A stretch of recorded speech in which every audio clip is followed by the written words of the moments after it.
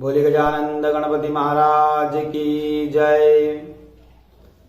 मोर मुकुट बंसी वाले की जय। मुक्तिबोध परिवार में आप सभी का स्वागत है।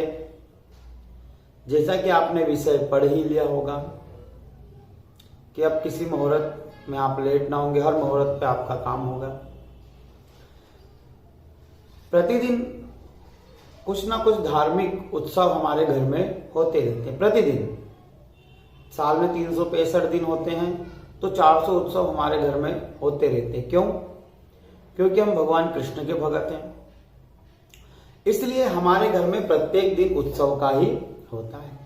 और कुछ विशेष उत्सव हमारे घर में अपने कुल पुरोहित द्वारा, ब्राह्मण द्वारा संपूर्ण कराए जाते हैं।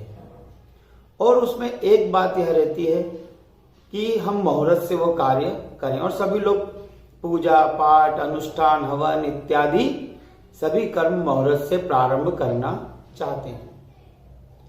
मुहूर्त से पूजा प्रारंभ हो जाए, मुहूर्त से पूर्व यदि ब्राह्मण देवता हमारे घर पे उपस्थित हो जाएं और मुहूर्त से पूजा प्रारंभ हो जाए, तो समझो हमारी सभी मनोकामना पूर्ण हो गई, आदि पूजा हमारी सफल हो गई। पर कई बार ऐसा होता है कि ब्राह्मण देवता नहीं आ पाते, अब मुहूर्त में पूजा भी प्रारंभ करना पड़ती। तो हम दो चीजें ऐसी हैं जिनको हम करें तो हमारे मुहूर्त में सब कार्य सफल हो जाते हैं। वो दो चीजें बताऊंगा। तो जब आप कोई अनुष्ठान करें, पंडित जी देर आए या किसी कारण से लेट हो जाएं या मुहूर्त पे पूजा प्रारंभ ना हो, तो उसके दो उपाय हम कर सकते हैं। पहला तो एक दिन पूर्व सब तैयारियां कर लें। ये विशेष बात ध्यान रखें कि जिस दिन हमें पूजन करना हो उस दिन कोई तैयारी ना करें। ऐसी तैयारी करें कि एक दिन पूर्व ही सब सामग्री हमारी उपस्थित हो, जब भी हमारा मन पूजा में लगता है। यदि हम उसी दिन तैयारी करेंगे तो हमारा फिर पूजा में मन नहीं लगता, क्योंकि प्रायः कोई चीज ना मिले, अभाव आ गया, अब क्या करें, इसलिए एक दिन पूर्व तैयारी करें।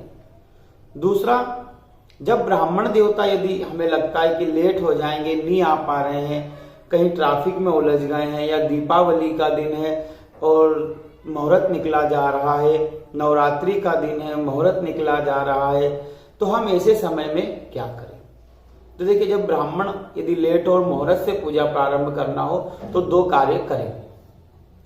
पहला तो आप 9 वर्ष की कन्या, 9 वर्ष तक की कन्या या जिसे रजस्वला धर्म प्राप्त ना हो, उस कन्या से गौ लेपन करा करके, गंगा जल से लीप करके पूजा स्थान को गोबर से लीपवा करके चौक पुरा ले, तो आपका पूजन प्रारंभ हो जाता है। हाँ, यदि आपने मुहूर्त के समय 9 वर्ष से कम कन्या या 9 वर्ष तक की कन्या या जिसे रजस्वला धर्म प्राप्त ना हुआ हो, उस कन्या से आप यदि गंगा जल से पोछा, गोलेपन करवा लेते, गोबर से लिपना अर्थात, और चौक पुरवा लेते हैं, तो आपकी पूजा मुहूर्त में ही प्रारंभ मानी जाएगी।